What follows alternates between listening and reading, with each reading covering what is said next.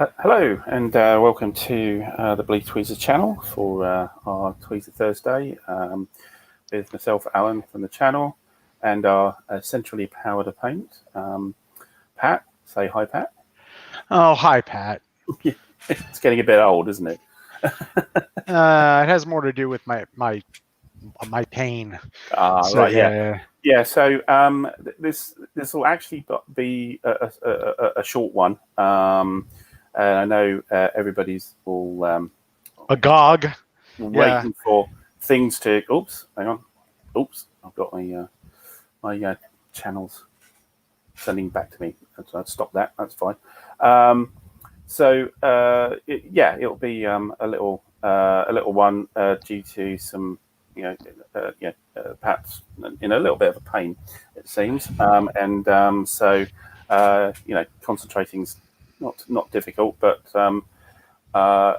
massively appreciate you popping in anyway. Thanks anyway. So the way we left the game, Great War in Europe, of course, is that we just about finished the October 1915 turn.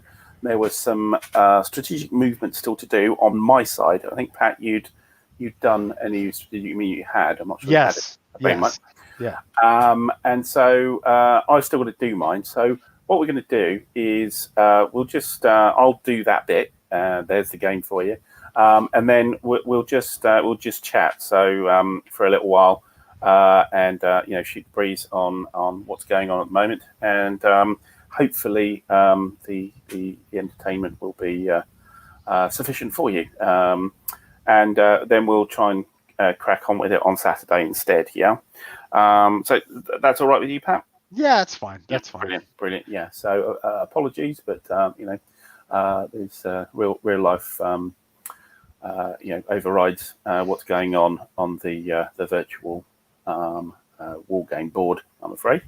So let me just do that. So I've got a little bit of strategic movement to do. We have, I think you had stuff in the east. I think that's what you were really focusing on, but I could be wrong. Yeah, I got some stuff to do with the British and Salonika. So a couple more bits to come. Yeah, so I don't mind putting my stuff out there. I had some sort of muscle or pull or tendon strain or something like that in my right shoulder, and it's better. And I thought I could go today. I'm talking to the world. You don't have to. You already know. But strangely enough, when I stretch out to when I extend my right arm to use a mouse, it kills me. So that's what happened. So we did Alan and I did a little prep beforehand, and it was already starting to just there's no way I was going to be able to point and click and all that sort of stuff. Crazy. So here we are.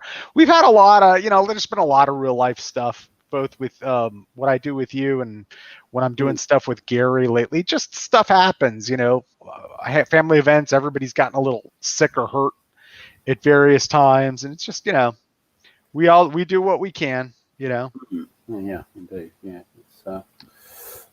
It's always, whatever you can fit in the day. And certainly with myself, doing a bit of, the job I do did lessen off earlier on in the year, but it's now come back with full bore. So, the people who listening who may be familiar with the channel, I haven't really done a lot of recordings recently, since about May time with the recorded playthrough. So I'm trying to get back to that. And job and recorded playthrough, recording and editing and stuff, and the live streams, which we're doing 3 a week, although we do have some, we don't consistently have 3, but usually 2, due to just, again, life. Challenges. You have to make sure that you retitle this live stream when you upload the video Yes. whatever we end up discussing. Yeah, indeed. I am doing a little bit of the game, but it's not going to take me very much longer.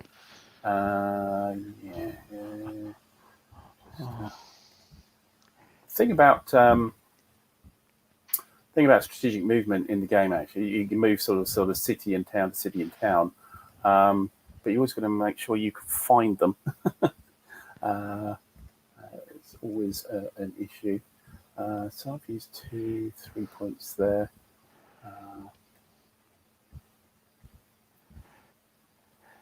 Yeah, all in all, I can say I'm enjoying the game. It's the best strategic representation of World War One. With enough detail, yet and fun, and not feeling on rails that I've played. We've discussed that before. The Guns of August, thumbs down.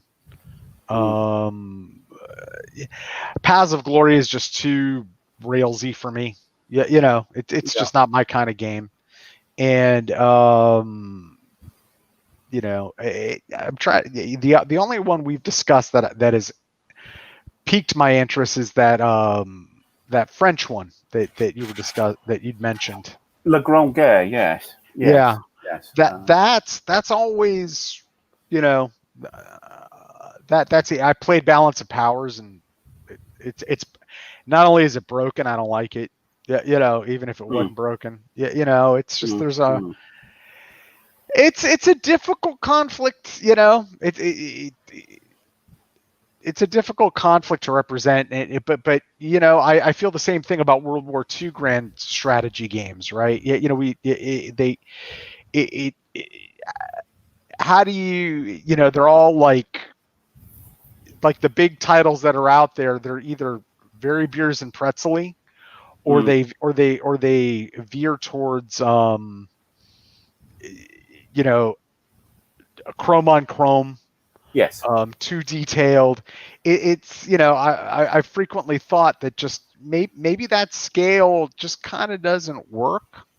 Like for World War II, the only time I've ever seen the scale work as a good game, like that met all those criteria, the sweet spot for me, was the original Third Reich.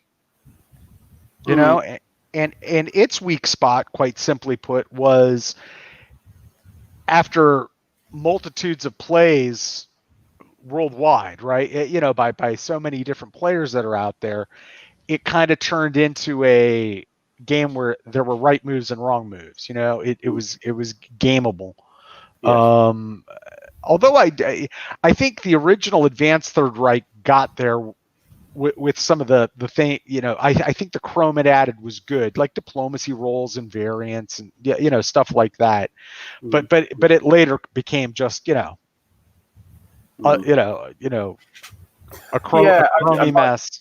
I think my problem with it was that I became a bit over familiar with it. Right. I mean, it was the only game in town when I was younger of that. Well, I mean, there were other strategic games from other eras. There was the old War and Peace, and there was it was Frederick the Great and that kind of stuff. And even Guns of August. But for World War II, it kind of was it as far as I was concerned. I wasn't at that point actually learning about what games are out there. Wasn't that straightforward, really. We didn't have internet and phones and that kind of stuff, so you couldn't search these things. You just had to sort of either the odd game shop might have some information or magazines, I suppose, to learn what was out there. But as far as I was concerned, Third Reich was it. So I kind of played it to death, and it was right. And it was familiarity breeds a bit of contempt. I thought, well, yeah, okay, I've done enough of that. I want to do something different. So, and what something different was tended not to be strategic World War II, but try to go back to it a couple of times. But yeah, I think it's just it's the game's not the problem. I think it's me. It's the thing there. Oh, right. And don't get me wrong, I'm in the same boat with you. I don't play it. Yeah, right. Yeah, I don't play it anymore, but that's my point. I think it's because of over familiarity. I mean, if you have a game that big picture, I mean, it doesn't feel as complex anymore when you played a lot of different complex games, right? Mm.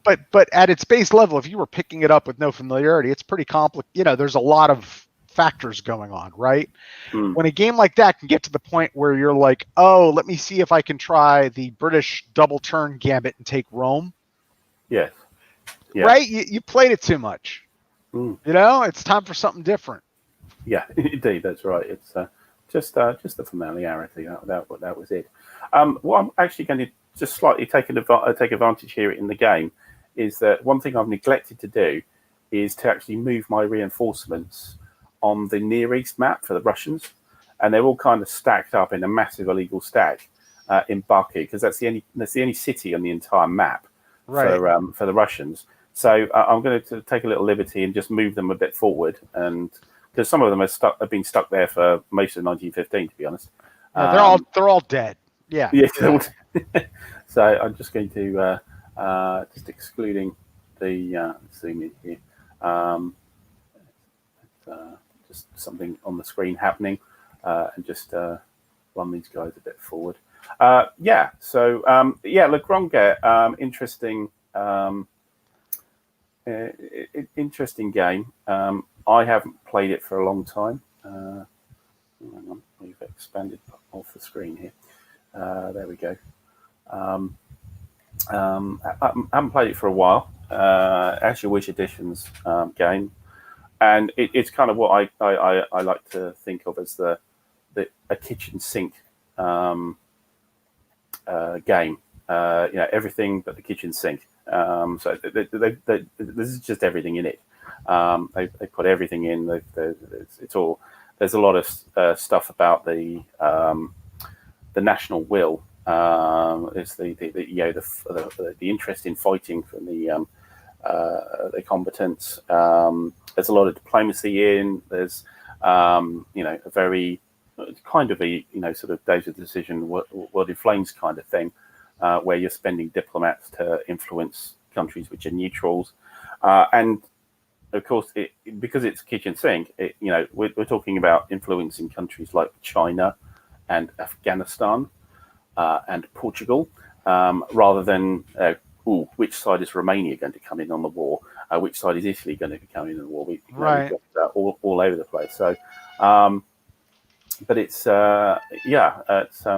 it's an interesting take, and it has that. I'll do these couple of moves, maybe these. Get into there. These were there. So I'll just move those up. Yeah, that'll do. And these guys can just get a normal move.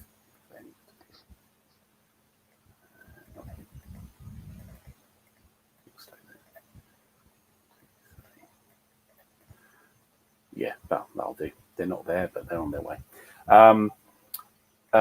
So it's an interesting game. It is quite different, and I don't know if some of the listeners have seen too many As You Wish games, but they are French produced originally. I don't think the company exists anymore. I haven't seen anything particularly from them. And it was originally, of course, French language, and there were English translations, and with rule books, you can imagine. But they weren't the most well explained games. Not just the Grande, but others as well. And I think that there's a staple of the computer game strategic market now, which is Europa Universalis, which was originally an As You Wish game as well, of the same kind of size and scope, kitchen sink, late medieval, Renaissance, Age of Reason system as well, and they aren't similar at all, but they just seem similar. I mean, it's the general look and feel of the board, the counters, the depth, and this kitchen sink idea are very, very, very similar to that. But Yeah, it's an interesting game. When you look at, say, what we're looking at here, which is Great War in Europe, and you're looking at the Western Front. The Western Front here is what, about 30 hexes, 35 hexes, something like that along. It's about 10 in the Grande Guerre. So it looks a lot smaller, and rather than having divisions like the Great War in Europe has, you actually have armies. So a single counter on the board is an army, and very much in the sort of Zuckermold OSG, Napoleon at Bay kind of thing, you've got off-map charts where you store your core, and your normal counters, which have all the attack, defense, movement kind of stuff, is actually off board, stays off board, and effectively they're put into the armies, and the armies actually consist of two counters. They have an army counter and a dummy counter, but the dummy counter isn't really a dummy counter. A dummy counter is the second counter, so you can spread an army across two hexes. But they kind of call it a dummy counter, but it isn't. I mean, you could have a dummy counter with nothing in it, and it is therefore a dummy counter. But usually, you're too busy using it to store stuff in. It's a very different scale, but it's very chewy. It's I say, big on the diplomacy, the national will, technologies. There's a lot of research, technological research in it. And the game kind of changes when you get to trench warfare. So the dynamics of the combat phase completely change. And from the 1914 era. And also with losses, you don't get counters flying off the board, or very rarely. What you do is that they're two-sided counters. The core are full strength, half strength. You take a loss, half strength. If you take a loss again at half strength, then you actually use up a national replacement point. So you have a stock of like we have replacement points here, but you get them at the start of your turn, and you don't necessarily spend them on creating units. You can, but you have kind of a stock of them, which is your reserve, if you like, of manpower. And so as units gets damaged, that damage will then be supplanted by the RPs. And if you then run out of RP, then you're in trouble, and then you will start losing units. But you usually have a decent stack, and combat is multi-round. It's almost like you've got that sort of old battlefield kind of idea of you have. So normally you'd have a frontline unit, and you have units in reserve, and then you can swap. You can push your reserves up into the front line to fight. But every single round of combat is almost like it's like a scissors, paper, stone really idea. You pick one of your units which didn't go the last round, and you put it forward. And there's like a duel, if you like, between the two counters which are put forward for that round, and the calculated dice roll losses. Take that unit back. Next round, you put another one forward, and at the end of a round, you could bring a reserve up. The funny thing is, even though the scales and the periods obviously completely different, it's not that dissimilar from Victory Games Vietnam in terms of the replacement point methodology, but there are other things too. So one thing, like I've heard a Minority Report opinion of people who like Victory Games Vietnam, but they hate the replacement point mechanism, right? Because it's not realistic enough for them, and for any game that is as complicated or in depth as like that game is, I'm like, what, you want to make it more complicated? You know what I'm saying? Eventually you reach a Chrome point. But I actually think that methodology is pretty elegant, but the logic falls apart. I think because with that game in particular, because a lot of people play it solo, In this game, and it sounds like the same dynamic in Guerre in Vietnam. The idea is you're going to go like I think you saw a little bit of the Starlight playthrough I did with Gary the other day. Yep. Like you'll do these combats round by round, right? But and if the losses you take are not higher than the total ground strength you have committed, you can keep spending replacement points. Yes. Okay. And however, that mechanic relies upon there being two people playing each other. Because if you think about it, if you're playing solo, then you could go an infinite number of rounds and indeed spend 40 replacement points on one, stupid little operation, right? In theory, that's possible, but in practice, you're going to have two people playing each other, right? So somebody's going to say this isn't worth it. Yeah. Right. I'm not sure. I mean, that's difficult to do solo. And when I had the game, I tried doing some solo work on it my own, and I said I had two things. One is that kind of it's very difficult to put yourself in both sides and do it effectively. And the second thing was I was kind of struggling out what the hell do I do with all this stuff anyway. Le Grande Guerre, you don't even you don't have anything like the information that you do in Vietnam. So all you see is an army counter on the board, and that's generic. I mean, it's got a Roman numeral, and so it's fourth army or third army.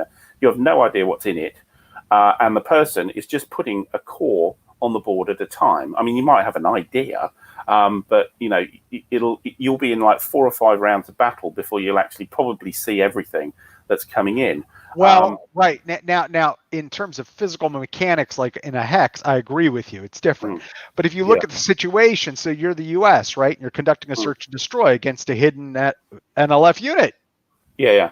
Right, and and you think you've got the appropriate strength to attack it, right? But is it a regiment? Have you misjudged the situation? Sure. Is it is it a regiment from a division that has artillery within range? And when that guy retreats, he may join other units. And the one thing we haven't gotten to that will show up in the next live stream of that, right, is the U.S. has two specific things it can do that the NLF can't, which is defensive reserves and offensive reserves. So you could like activate more units, activate a specific number.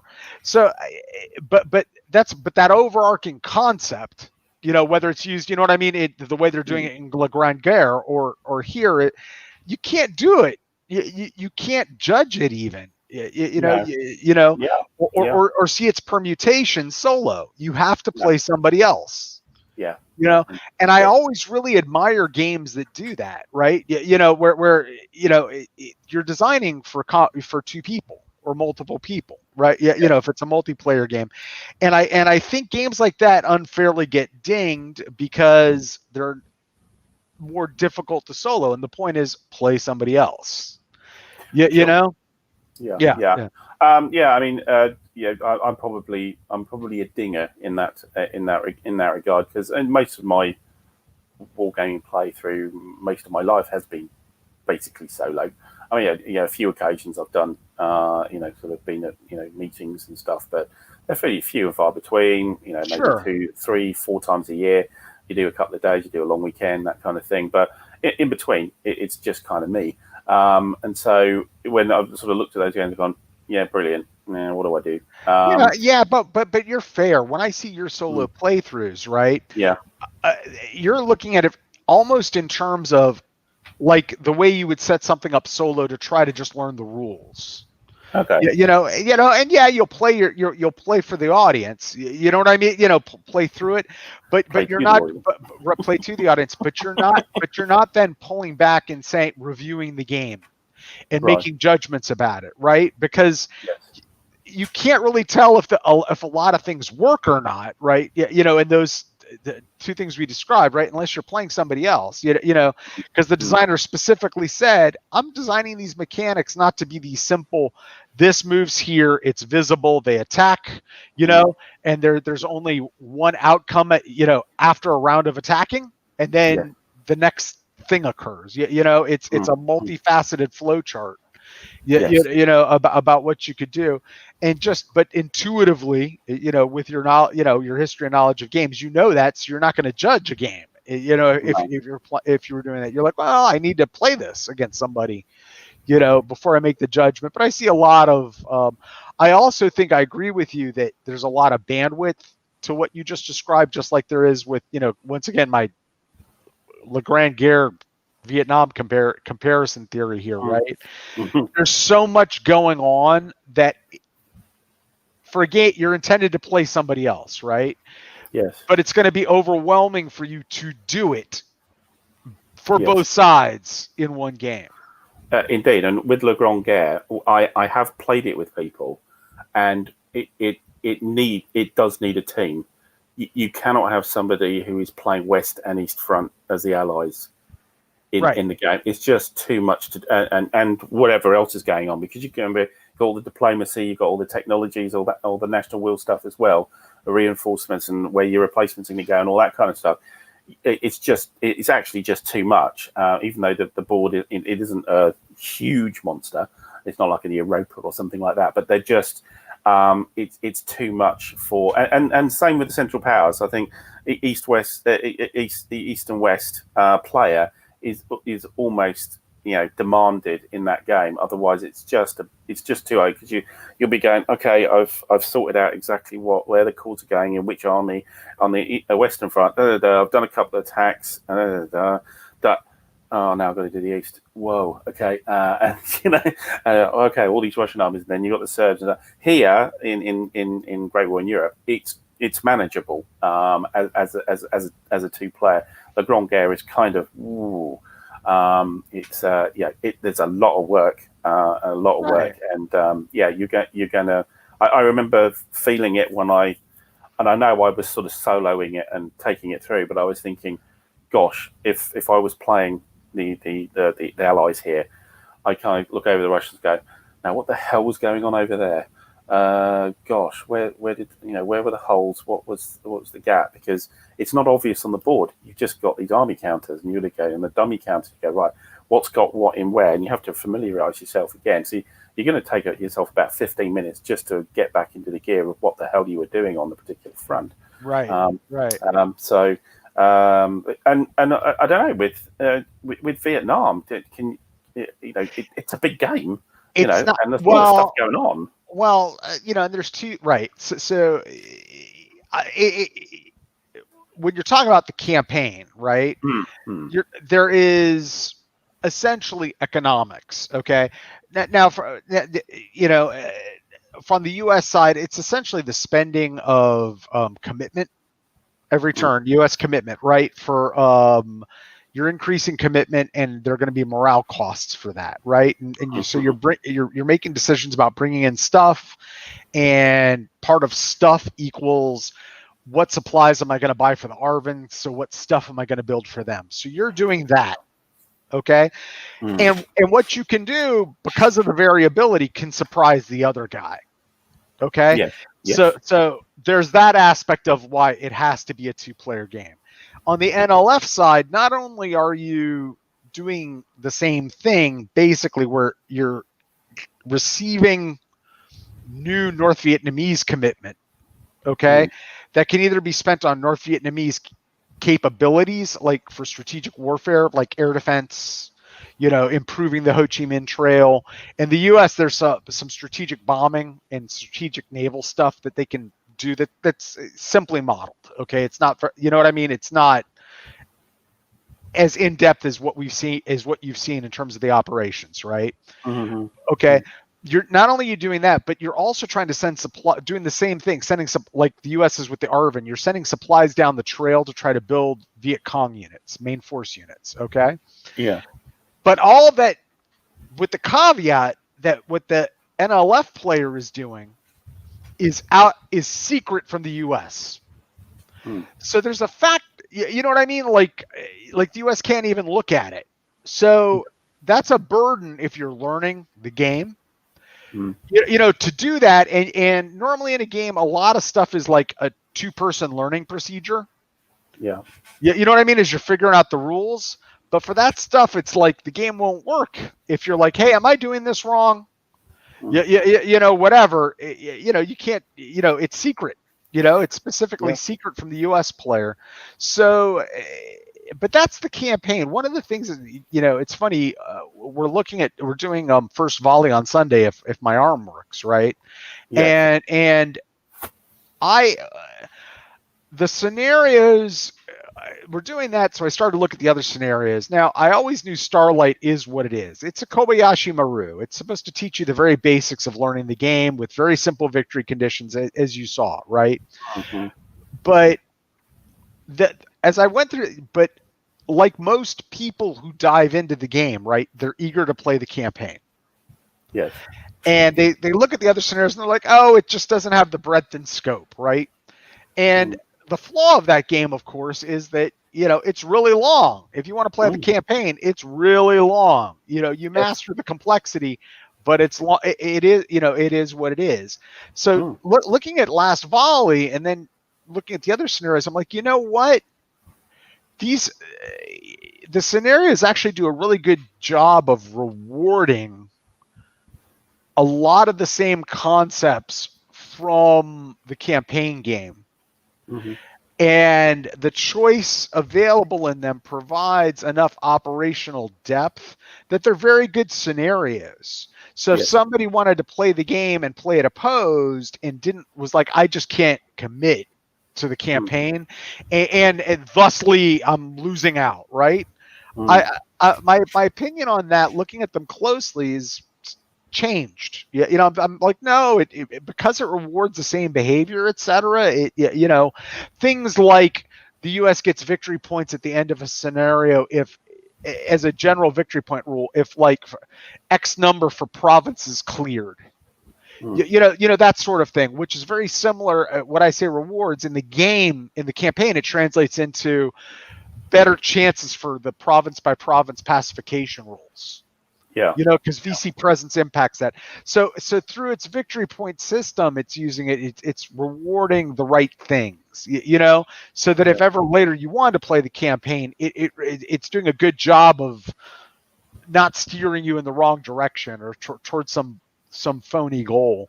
But the scenarios are interesting.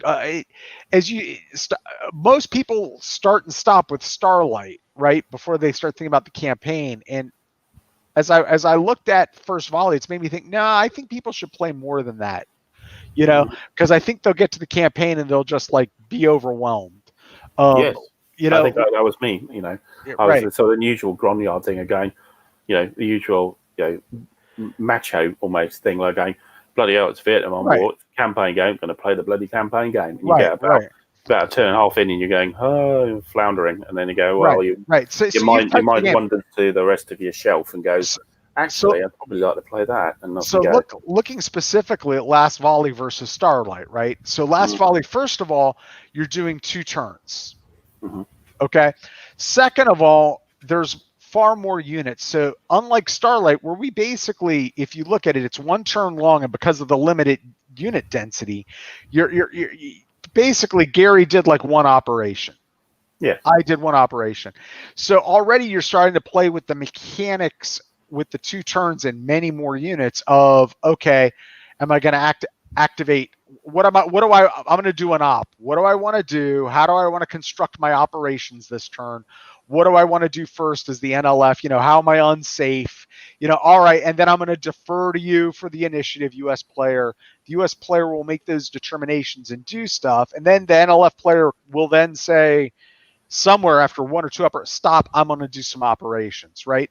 So some basic dynamics that then are going to work later on in the campaign game, you're experiencing them, which you just don't with Starlight.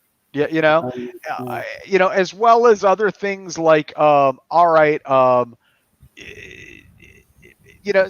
just because so much of the game is poker, from tactical moves, like, all right, you're the US, you're doing a search and destroy. You have moved adjacent to a target hex, but I have an enemy adjacent. Mm-hmm. I'm the NLF. Do I want to move him away from you? Yeah. Do I want to keep him adjacent? Via reaction move. You just did one move in the operation. You follow what I'm saying? You have more moves to do. Do I want to do a reaction move and make his next move more difficult to try to pull this thing off? Yeah. Can I do that? Do I want to do my reaction move into the target hex? Right. So you don't experience all that, one, if you're doing it solo. No. And two, you don't do it in Starlight. And so, yeah, I really do. Doing that with Guerre and now going to volley makes me think if someone was going to embark on the campaign, which, by the way, standing offer in the future, I'm always up for one, but though not right now. I think you do need to learn how to play it in stages. You need to do a couple of scenarios, because then when you get the poker part will become evident to you. Sure. As you're playing the campaign, and it won't do what it can do. Which, unless, don't get me wrong, I another thing with that game is I'm a firm believer that the player that's more inexperienced with the campaign should play the NLF because it's more forgiving of early mistakes. But I've seen players recover, and from like horrible first turns, like NLF setting up like all sorts of units on roads, and like I've literally played a new NLF player who the first turn I cleared the entire country of Viet Cong the first turn because he intuited how the rules worked so badly. Right. But he was still competitive 3 seasons later. It was in doubt. Yeah. You know what I mean? So you can, if the US did something like that, the first turn, you might not recover from something like bad commitment morale decisions. May really just lose the game for you, and you don't know it by like 1970 or something. But so that I'm less worried about. What I'm more worried about, though, is if it was a new player, is if we jumped right into the campaign, it might just overwhelm them and they might get turned off. Whereas later on, they'll understand the constant poker and the interaction, of the complex systems, if that makes any sense, Yeah.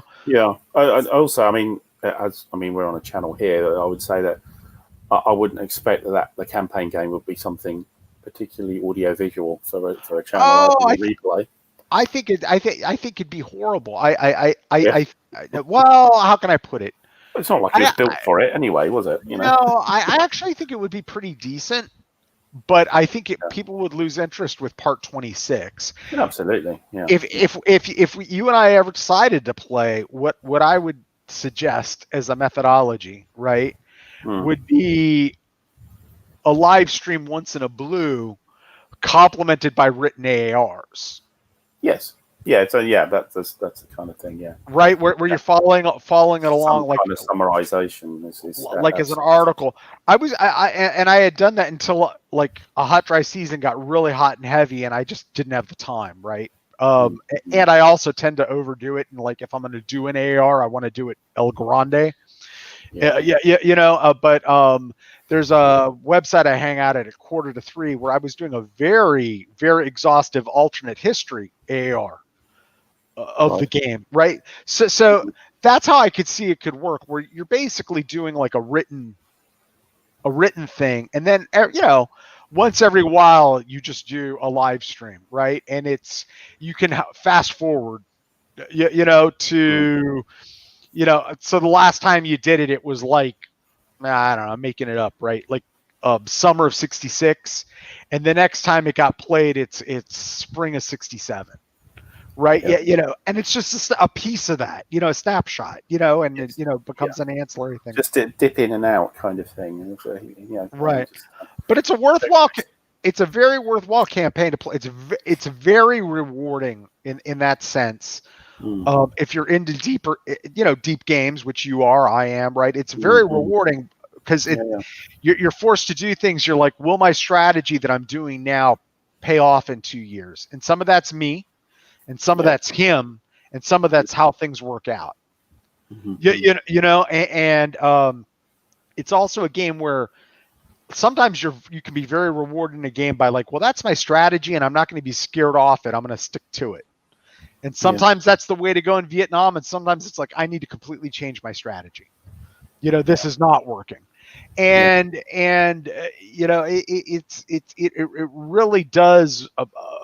You know, in that the campaign is very rewarding in that sense, but the scenarios have depth. You know, and so that's a pleasure. You know, it's amazing when you can discover things about a game you've owned for 1 billion years. You know. You know, 30 years in, and it surprised me with the scenario thing, and it's only because I decided, hey, I'm going to play these damn campaigns of it, right?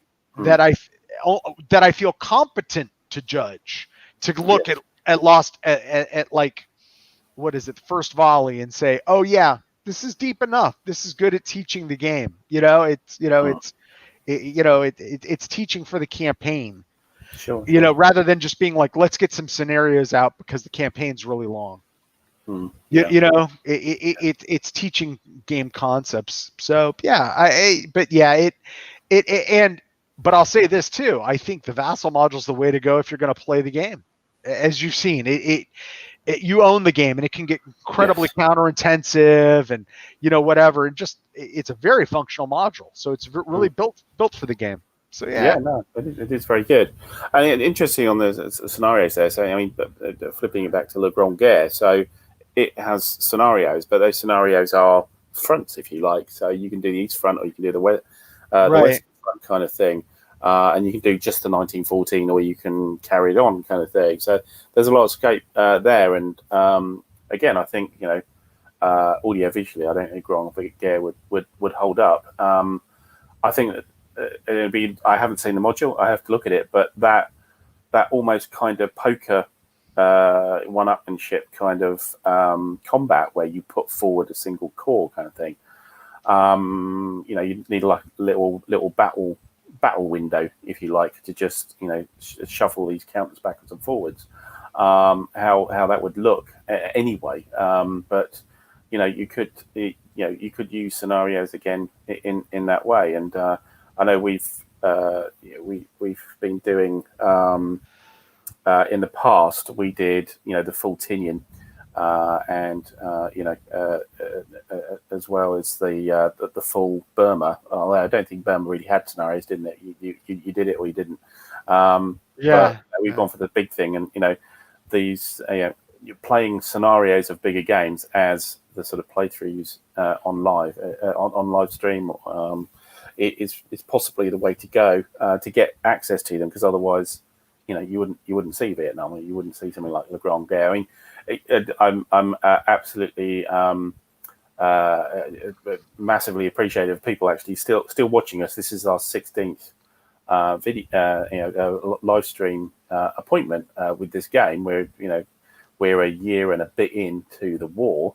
And it's World War I as well, and people are still watching it. So that's but it exceeded my expectations, to be honest. But this has at least a kind of engagement in it. In that there is stuff going on, and it's not that intensive a thing. So I think it kind of saves it. But Well, if you want to take a look at the Grande Guerre's vassal module, I wouldn't.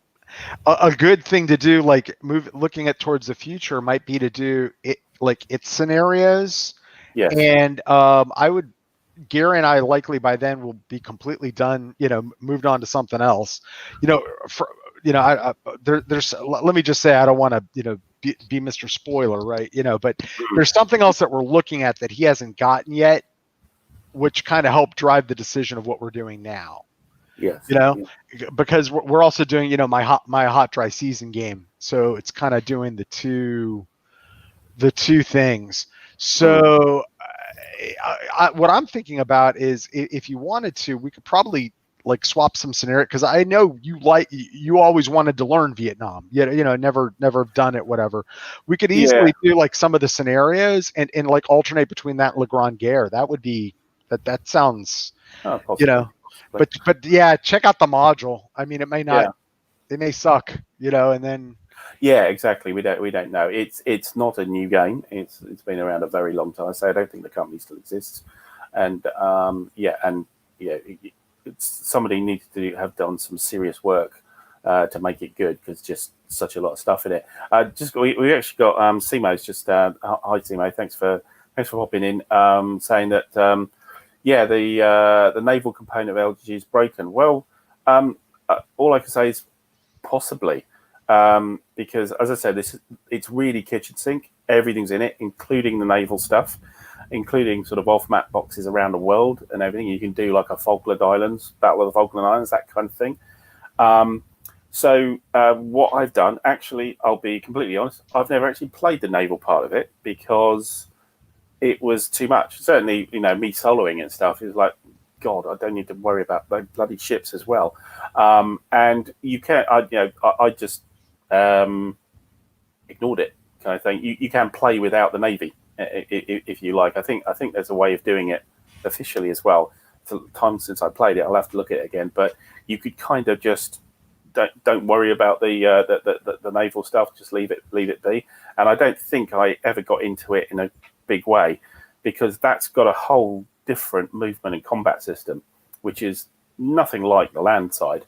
A very different way. So, but I don't think I played much Navy on it.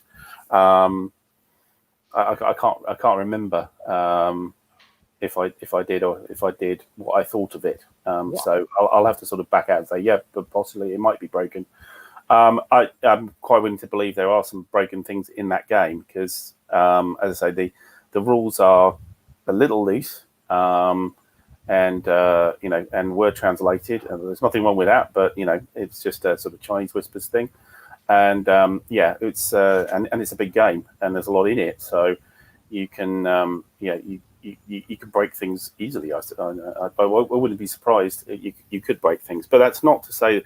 I thought the actual game was really entertaining. Actually playing it, even solo. I know you're playing both sides of almost like a poker game with each battle, but you usually with the battles you have a kind of idea of what you'd need to do. Say you had 3 units, you had 2 units in the front line, you had 1 in reserve, a core. Then you're going to put your best one forward first, or you might put the second. You might put the second one, and then you'd have to swap because you can't put the same one in more than once. You can if you kind of, that's the only one you got left, kind of thing. But if you have something else to put forward, you have to put it forward, and then you bring it, and then you decide to bring that third one in to. So it wasn't completely unsoloable. It was difficult, but not completely unsolvable. And the battle kind of had its. These battles had it kind of their own story, a bit like the Vietnam, when you had the Starlight one, where you jumped on, then you run for it, and you try and run to the hills, and how many pursuit points and the pursuit values of the American units and stuff. It's that kind of thing. How much, and then how much do you hang on in that battle? And at some point you go, okay, I've had enough. I don't want to fight anymore on this. And how many resources am I supposed to put into this battle? Very World War One, and something I suppose the Great War in Europe doesn't quite do. You got your units, get on with it, kind of thing. Right. And that's a lot. Whereas if you really want to hold a Verdun, you can hold it, but it will just strip your replacements, and your national will start to suffer, which is the point of the Verdun battle, really, or mostly the point of it historically, and you'll get that. And so those things are entertaining in their own right, even though maybe the naval rules might be a bit dodgy or something like that. Yeah. So secondly, hi Simo, and thank you. To your Callendale comment, funny. I love his work, and I think his impressions of games, even if I disagree with them, they give me a feel sometimes for what I'd like about a game or not. He actually did. He tried to play the campaign of Victory Games Vietnam, and he fell victim to. He was basically who I was talking about when I talked. He was in my mind when I did, but although I've seen it with many people. When I talked about why solo won't get you a fair reading on the game. So first he was exhausted by the brain work and didn't find it fun. And part of that's because you're doing the brain work for two sides that are supposed to be blind. Okay. And the second thing is he felt that it was broken in favor of the NLF, and having played the campaign 6 times, it's not. The issue though is if you're not playing poker against somebody else, right? No matter how much you think, and that's what he said, oh, I'm really good at separating out what I'm doing, whatever. There's no way, given how just the initiative system works in that game, that you don't know what you're planning to do with one side or the other. Okay? So either you're not engaging in a strategy and you're just reacting. You know what I mean? Each time. Secondly, how do you simulate the fact that, for instance, a common tactic by the NLF player is to say, all right, I'm going to go and I'm going to do a lot of stuff. And I'm not going to give you the initiative in the operations phase, right? I'm going to go and set myself up. And then I'm going to let you, but I'll still have some other units that have not operated, right? And then I'm going to hand it over to you as the US, and I'm going to let you go operation by operation until I just say stop because I see an opportunity. You know what I mean? And plotting out how to do that. A second mechanism is sometimes to the US's advantage. If the NLF player declines, the US player can decline and end the turn. Right? So that's a major, and it's completely off bluff. There's no way you can solo that operational effect, right? And what it's going to have on other things, solo that part out. To the point where you're gaining an advantage in the game in terms of like, is the game balanced or not? And in fact, there's a rich history on Board Game Geek Vietnam campaign plan, right? Of people who consistently thought that the game was broken in favor of the NLF until they started playing on vassal opposed, and those opinions changing. Because another factor in the game is like I just said, the way to play the campaign, and the way to play the campaign, like for the newer player should play the NLF, right? And however, and I will also say that if it's 2 new players, the NLF has the advantage. You follow me? Yeah, naturally. Right. There's great. I can imagine there's great scope for the American player just screwing up because it's just it's all up in the air. What the hell do I do? Kind of thing. So against people with and you get to a smaller and smaller pool here, right? So people with experience playing the campaign game. Okay. What's funny is, what's been discovered is people who have played the campaign game many times, right, to a completion. If you've got 2 experienced players, your experience with the game, your experience with the campaign, how it flows, how it works, right? The US starts to get the advantage. And it's because the US has a lot of tools in their toolbox. It's about how to get it right. And in a weird way, that's kind of historical. It's like you've got all the advantages, but do you know how to fight this war correctly? You're more likely to lose unless you're experienced with it. So if you have 2 very experienced players, the US has a small advantage. Because to inexperienced players, the NLF player is going to have the advantage. Because it's more forgiving of him. But once you of mistakes for him than it is for a new US player. But once you have 2 experienced players, that becomes questionable. But I agree with what Jezza just said. It's a waste of time to play it solo. It's not a waste of time to try to learn the rules solo, right? That's just how wargamers do things, but playing it solo, it's not fun.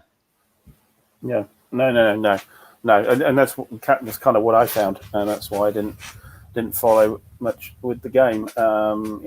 When I had it, precisely that reason. It just you're right, it wasn't fun. Which from a design perspective, I really admire a designer who says, look, this game is designed for 2 people. Well, it's not fun for 1 person. Well, I designed it for 2 people. I'm trying to use the experience of 1 person playing against another, or, 4 people playing a multiplayer game, right, to enhance the enjoyment of the game. Because I can use tactics like we were talking, poker bluff. Everything's a bluff. Everything's a decision. Well, what am I going to do? You can bluff somebody out of doing something by what you're doing, and that sort of thing.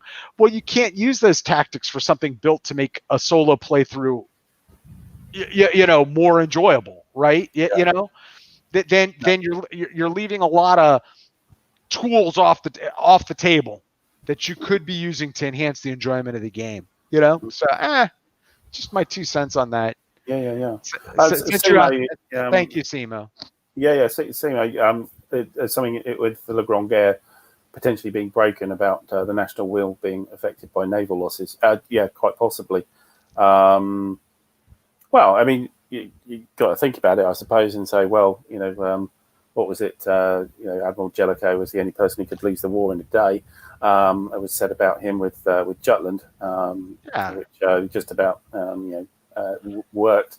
I don't know. I'd have to look into that, and he may be correct. But I said when I've played it, I've kind of ignored the naval rules, and the land stuff's really good, and it's really fun to play.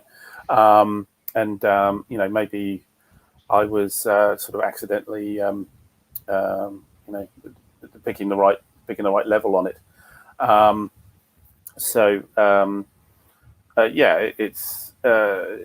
interesting with some games is that you sometimes do kind of pull back a little bit and go, okay, yeah, I know there's this aspect of the game in it, but it's just it's bridged too far. It's okay, I'll just ignore that bit of the rules. A lot of games have optional rules, and you say, right, I'll play the normal game and then add some optional rules if I want to. But there has been occasion, I think I'm trying to think of one other than Le Grand Guerre, where I've gone, okay, I can add that in, but I'm not going to. I'm curious, are the naval rules optional in the game? I'm trying. I'd have to dig it out. I haven't got a game in front of me, and I'm pretty sure you can play it land only. From memory, it wasn't like it was a problem, and I'm kind of sure that there was a possibility of going just ignore the navy kind of thing, and just play the land side. If I ever buy a game and I see something like that in it, regardless of the game, right? I get a little worried because I'm like, okay, they're not calling this an optional rule, but this tells me that they may have done a lot of their play testing with these systems and maybe not as much with these systems. You know what I'm saying? Which could lead to something like, because it sounds like, well, maybe just how they're calculating the national will based on the losses might just be a bad number. Potentially. Not like this horrifically broken. Struggling to comment on it, to be honest. But I'm digging around to see if I can actually find the. But I agree. It should be a thing, right? So if Britain took severe naval losses, right, and couldn't have a constant blockade on Germany. Yeah. That would have an effect on British national will, right? Or should. Indeed. And that was essentially the fear when you get down to it.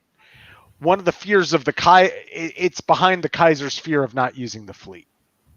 Mm-hmm. Like we all say, oh, well, Wilhelm was just stupid, didn't want him to use it. But when you start digging beneath it, the reasoning is just that. We don't want the public relations catastrophe that we think that could be. Yeah.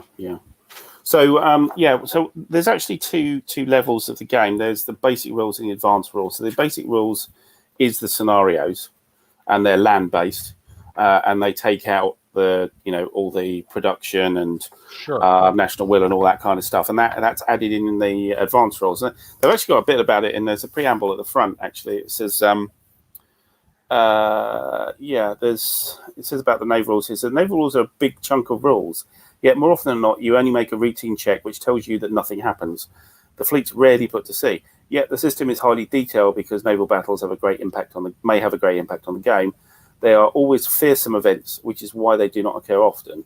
You should read the rules each time a naval battle is triggered. So it's actually saying, well, you'll probably forget what the hell you're doing every single time you have a battle. But, that almost seems like it really is a sort of Jellicoe thing of, you really are rolling the dice and going, am I going to actually lose the war on either side, potentially? So I'm going to completely lose the war. Or certainly on the British side. I mean, if the High Seas Fleet ends up in the bottom of the North Sea, it's terrible, but it's not a loss in the war. You're going to get blockaded even more than you were already. But on the Allied side, if the RN does end up taking significant damage, then it can end the war. Well, that's a thought regarding the Germans, but I think that's even debatable, right? So as it went with Jutland, it's like, well, no, we won, right? If you think of the time, so let's say at Jutland, I don't know, 75% of the Imperial German fleet was destroyed, right? That's something you can't hide behind with propaganda, right? It's going to, for a turnip-eating populace, is the war going, now you've made clear they're going to be eating turnips and sawdust. Yes. For the near future. So tying it to national will doesn't bother me. To me, I then get clinical and just start thinking about it like it's a design thing, right? Did you play test them enough? Did you play test them enough to see if they're having an outsized effect? Is the war ending immediately? Every time this happens, then maybe you need to play test these events more. So from what he's saying, it's like, wow, they have this big outsized effect, but they don't happen frequently, etc. It means, like, I'm saying play test in the campaign more, insert them as events that are occurring more. And that's something you can do and frequently a lot of that's, so many games out there that when they fall apart or whatever, it's because of lack of play test and stuff. Something gets overlooked and doesn't get done. Yeah, it's interesting. Just scanning the rules here. So about sort of the big battles on the naval side. So actually, it's not under the German player's control. Effectively, they do a dice roll, a 2d6 dice roll every naval phase, and you need to roll greater than or equal to 9 to be allowed to sortie the High Seas Fleet at all. That doesn't mean it's not going to happen, but there's that's it, and that only disappears. That requirement only disappears if you get a major naval battle and Germany wins it, and then you can sail when you like, kind of thing. So actually, where they say it's not likely to happen very often, it's the fact it's on a dice roll. So I mean, you could. It doesn't say that you can't use the Navy rules, but you could imagine that you never roll a 9. Right. and just kind of ignore that bit of the war. And what are the effects of winning a major battle? It's control of naval areas. So it's again, I last played this, I don't want to make you go through the rules. I mean, just basically, so can the Germans clear the blockade and get more economic benefit from it? Can they gain economic relief? Yeah, I'm not sure. Okay. They can control seas, so they control. So each sea is either contested or controlled, and presumably, if the default control of the area.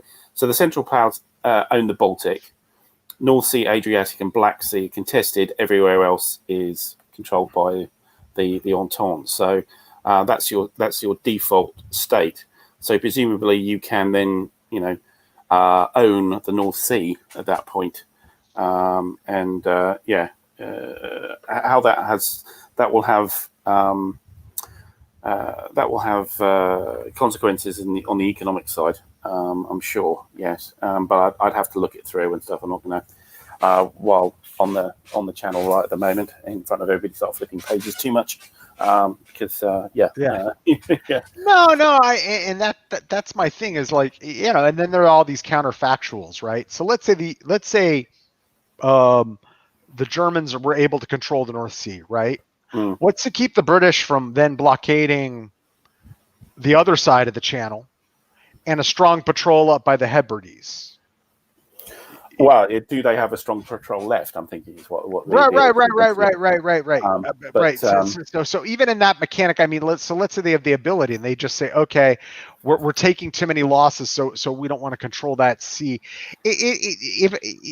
I'm kind of with what Jezza said, you know.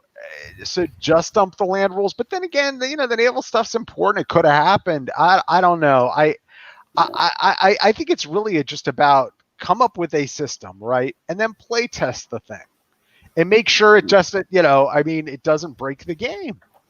Yeah, you know, it's not that hard. You know, it's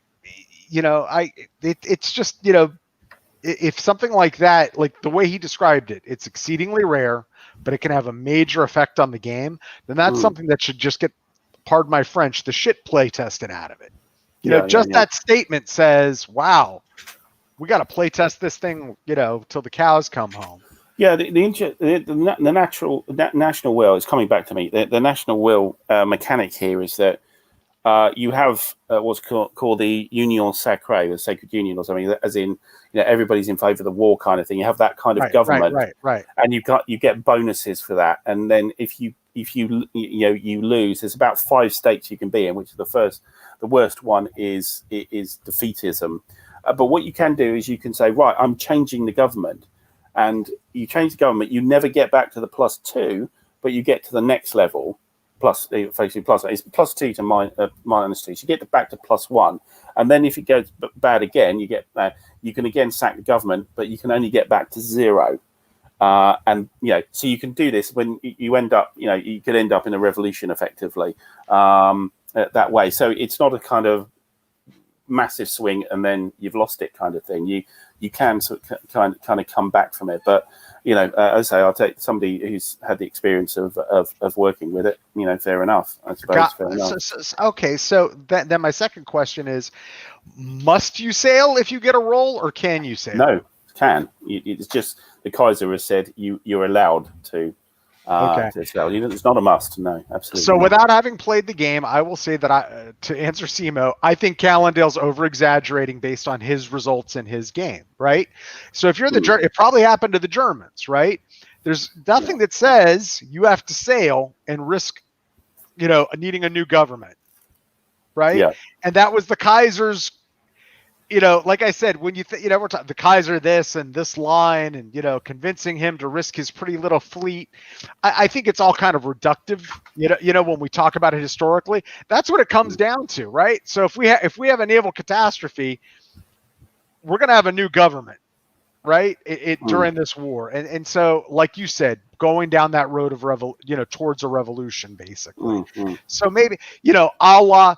And then you could say, well, it's outsized. That's never happened before. Well, it happened in 1905. Yeah. Right? Yeah.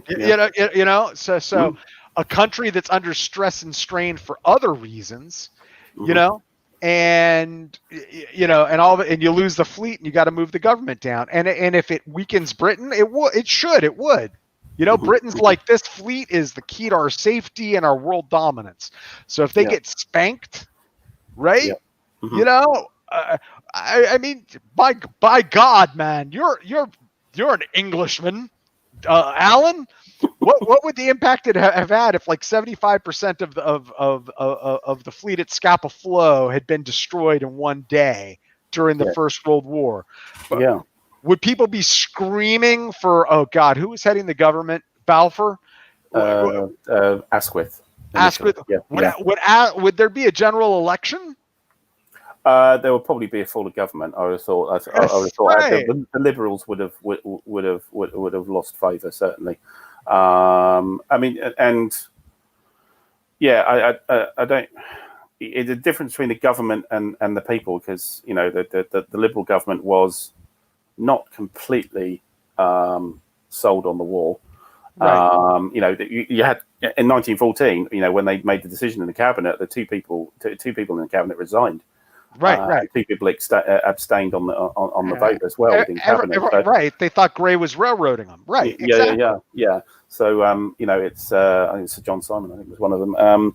But the people were probably a bit more happy to keep going.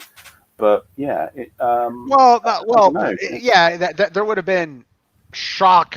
Something that let's all admit here that the British invented modern propaganda and doublespeak during the First World War. Correct? Can we all agree that it started with the British? Sorry, I got to pin that one on you. Okay. The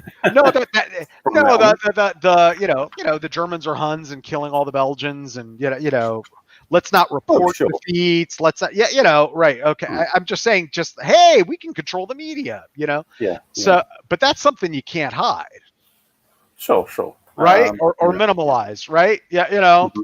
So, so if that occurred,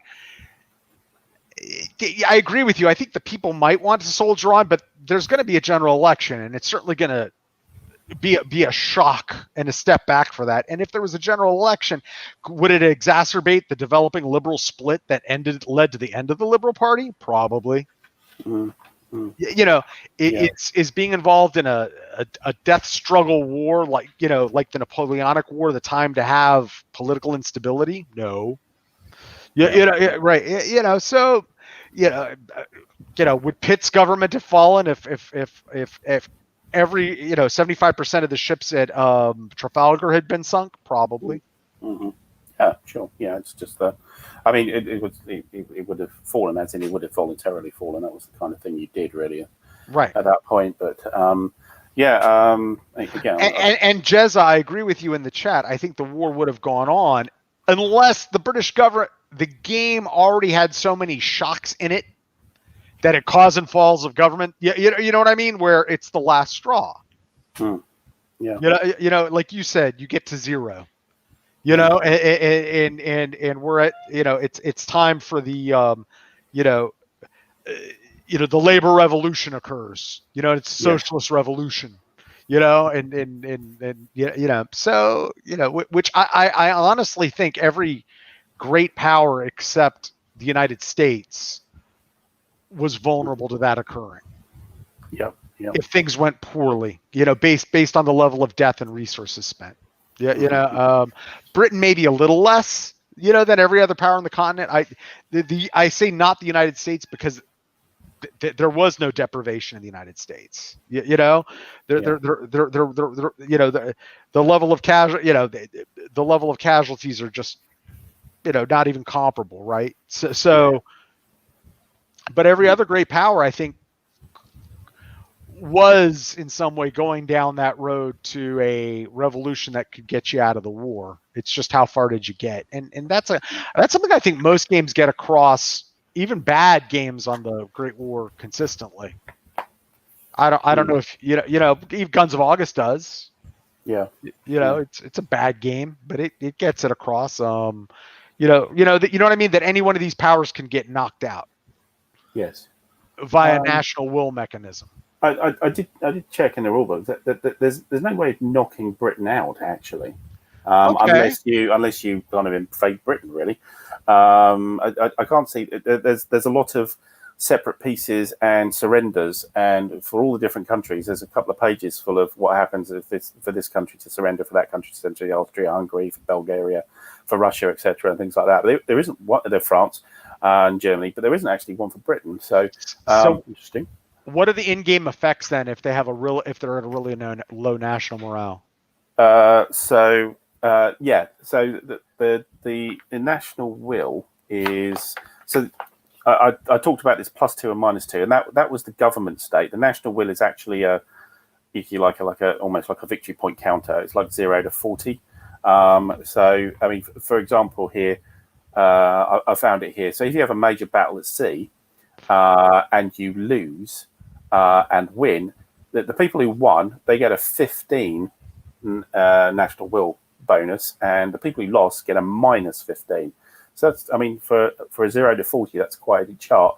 For example, things like, well, if the British lose for the first time, they lose an extra 4 anyway. So you're right. It is a massive swing, and basically that there is also a national will. That plus 15 minus 15 is a limit. So that's the maximum you can lose. It depends on the losses. So depending on what type of ship you lost versus all the types of ships that they lost, you kind of count it all up to find out a difference. Sure. Is the plus and the minus, but you've got a cap limit, but it could be up to minus 15. So what you're telling me is the in-game effects for the British are basically a loss of victory points. Yeah. Well, yeah, right. Yeah. Right. Yeah. So I'm kind of skimming the advanced rules here, and it's probably not fair for me to sort of comment too much on it. But I mean, the national will then affect the government because when it crashes, how the national will affects things other than whether the government falls or not. I think it's a sort of money thing. You know, I think your replacements and stuff is more difficult.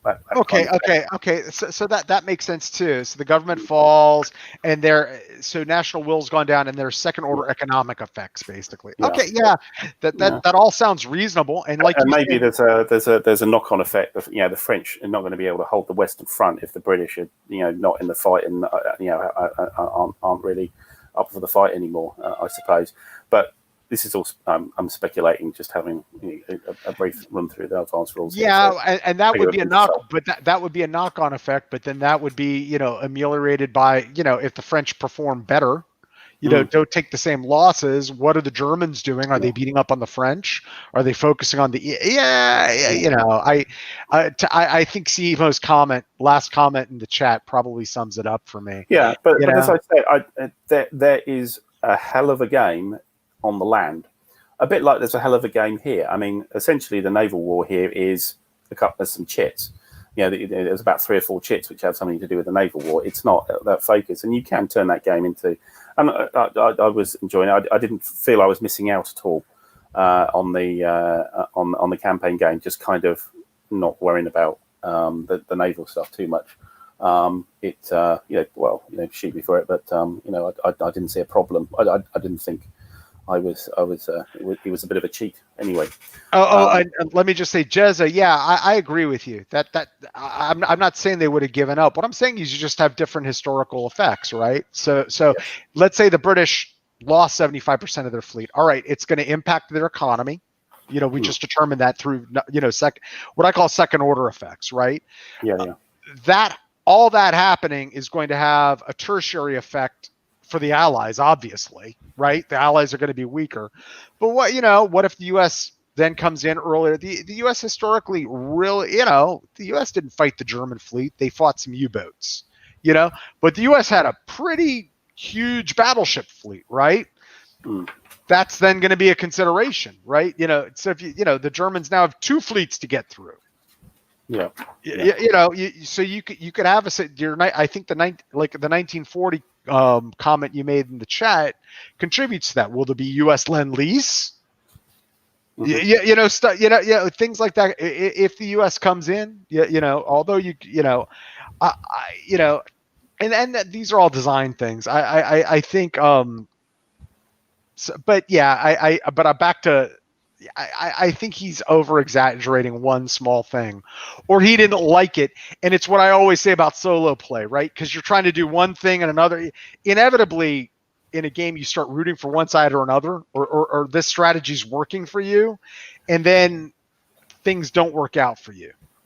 Yeah. And you're like, I didn't see that coming. I'm like, well, that's why it's designed for 2 people, right? Yeah. Right. Yeah. Not one.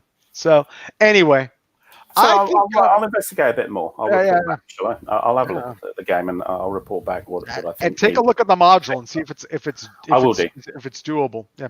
Yes. So sure.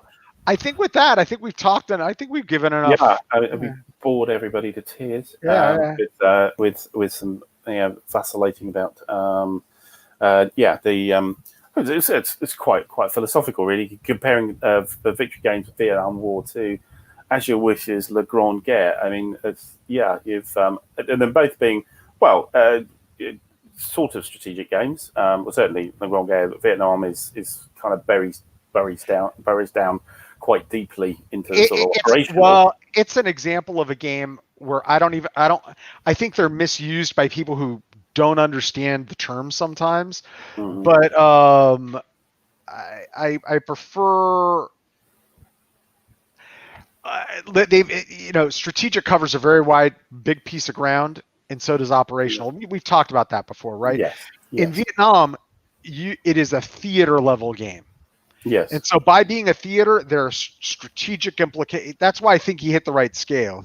There's major strategic impacts on what you're doing and things that have to be dealt with, as well as it digs down into the operational. But a theater level, operational is a very large term, and it gets it frequently in games it gets turned into that means a battalion level, right? No, no, Yep.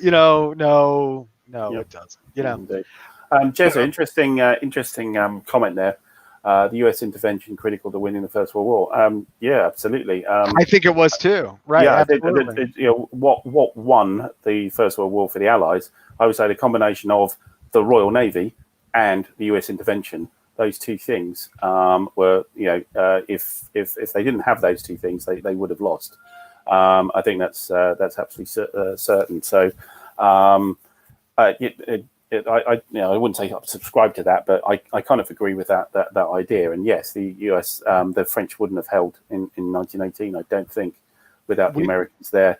As a representative of Great Britain, though, I'll say to you, Alan, that we will help you, but we want all your gold reserves. Yes. And after the war, we will not take. We're not going to forgive anything. You got to pay us. Absolutely, yeah. No, indeed, that's right. And interesting enough, of course, there's the Versailles 1919 game. It's shipping now, but as I'm on the wrong side of the big stretch of water, it'll be a little while before it gets here. The consequences and stuff. It'll be interesting to look at that game as well, with all the issues, the post-war issues and stuff, with the Americans being probably the sort of arbiter, between the powers in that area. So, but that's a completely different game, and I haven't even seen it yet, so I won't be able to help anybody on that. But yeah, I was just commenting on that, the kind of slightly esoteric comparison being put between the Grande Guerre and a French game on World War One, truly strategic. Vietnam, theater, as you say, American game, made by Americans. Hexagons is just about the only thing that's there, but we can apply sort of analysis. But they're playing with similar concepts in various ways. Yeah, indeed. So yeah, entertaining. So I mean, we'll probably hold it there because so we've been boring on for enough, I think, for everybody. But appreciated everybody stuck with us and had a chat. We will, get on with stuff on Saturday. Promise. On Saturday. Well, hopefully, crossing fingers and stuff. See how you get on tomorrow with Gary there. Everybody hope my shoulder gets better. That's all I can say. Yes, indeed. We'll get going. But thanks for the chat. Thanks for the chat coming in as well. It was very enlightening. Thanks for the information about LGG, because I'll be frank. I suspected I was the only person in the world who ever had anything to do with that game. It was very, very little talked about. And no, it's good to have the chat. Thanks, Pat, for your time again, as always. And we'll be back on Saturday, when we will crack on with November 1915. Cross fingers, and see where this game we didn't really mention much, Great War in Europe, goes from then on. So thanks for everybody popping in. Last word to you, Pat, as always. Word. Good night, everybody. Cheers. Thanks a lot. See you later.